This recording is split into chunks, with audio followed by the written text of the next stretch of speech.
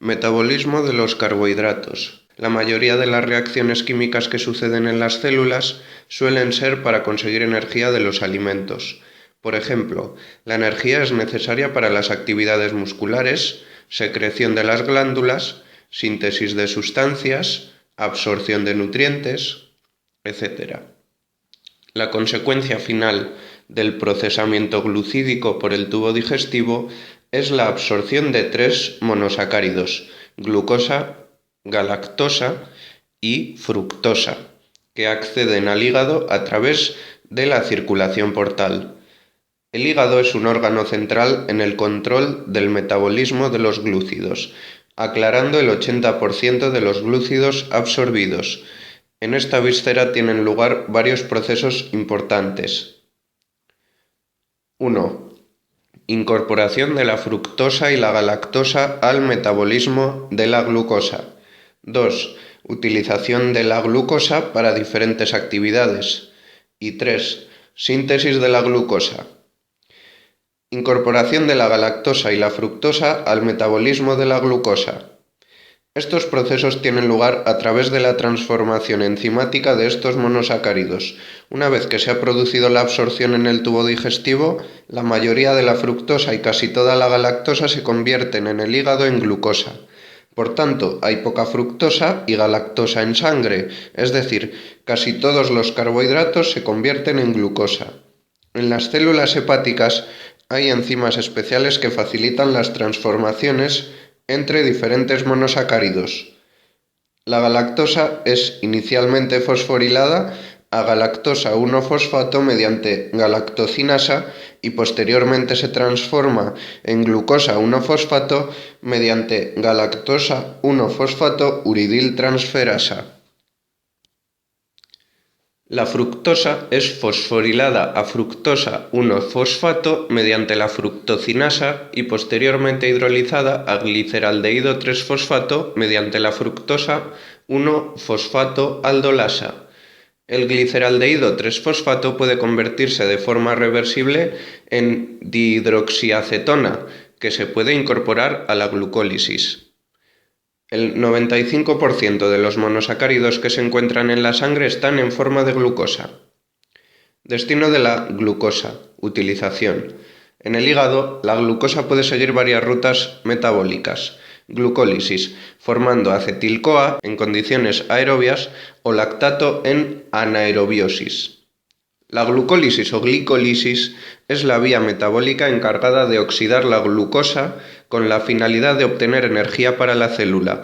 Consiste en 10 reacciones enzimáticas consecutivas que convierten a la glucosa en 2 moléculas de piruvato, que se convierte en acetil-CoA, el cual sigue el ciclo de Krebs y así se produce energía en el organismo. Se obtienen 2 moléculas de ATP en la glicólisis y otras 2 en el ciclo de Krebs. Aquí vemos en esta imagen las reacciones químicas del ciclo del ácido cítrico, que muestran la liberación de carbono y varios átomos de hidrógeno durante el ciclo. El 90% del ATP que se produce en el metabolismo de la glucosa se obtiene mediante la oxidación de los átomos de hidrógeno obtenidos en los primeros pasos.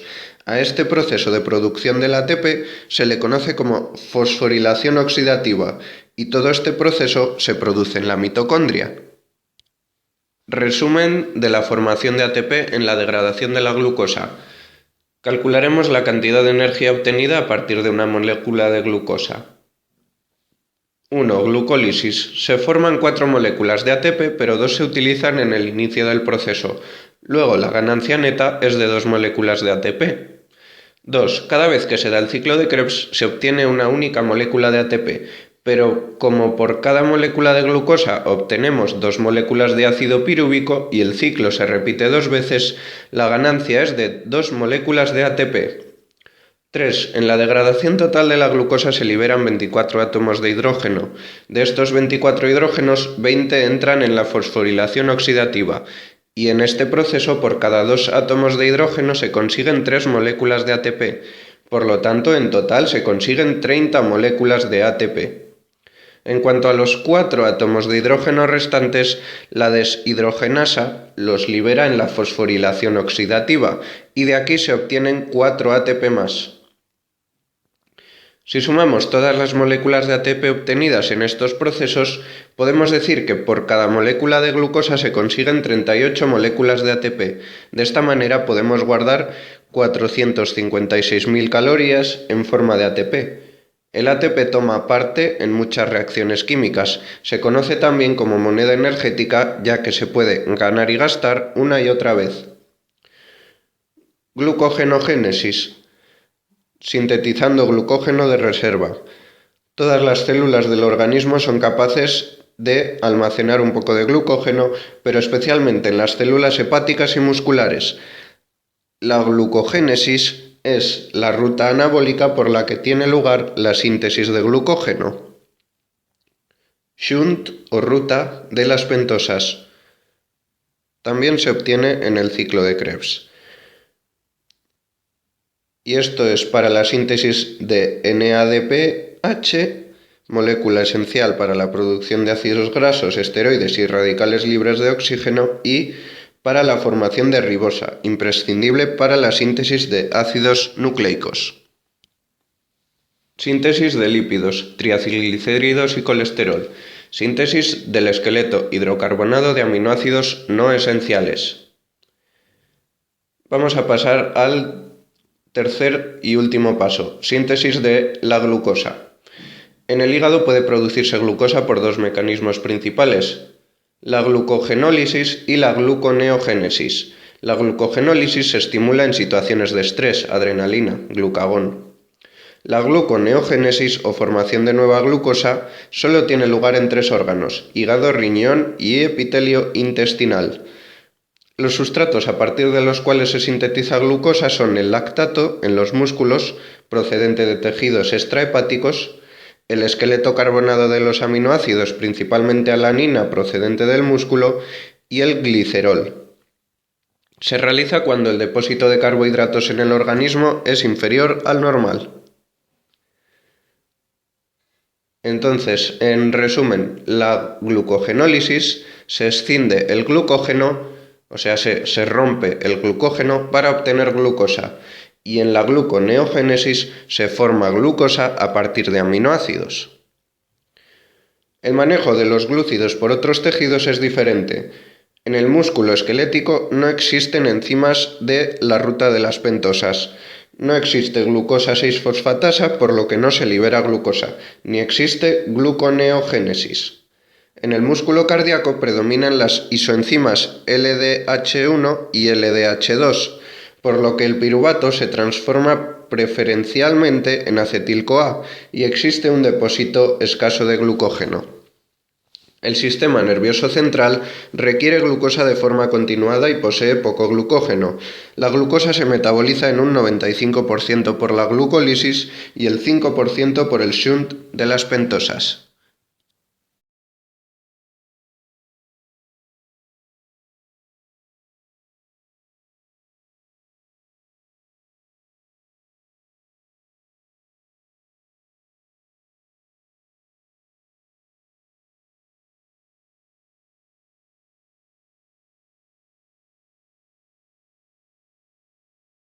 Hormonas que toman parte en la regulación de los carbohidratos. Insulina. Después de una comida rica en carbohidratos, la cantidad de glucosa presente en sangre produce una secreción rápida de insulina. Al mismo tiempo, la función de la insulina es atrapar, guardar y utilizar la glucosa en casi todos los tejidos del cuerpo, pero sobre todo en músculos, tejido adiposo e hígado. El efecto de la insulina en el músculo. Durante el día, el músculo utiliza ácidos grasos para obtener energía en vez de glucosa. La razón de esto es la siguiente. Durante el descanso, la membrana muscular no es muy permeable a la glucosa, por lo menos si no lo excita la insulina. Entre comidas, la cantidad de insulina secretada no es suficiente como para producir la entrada de la glucosa a la célula.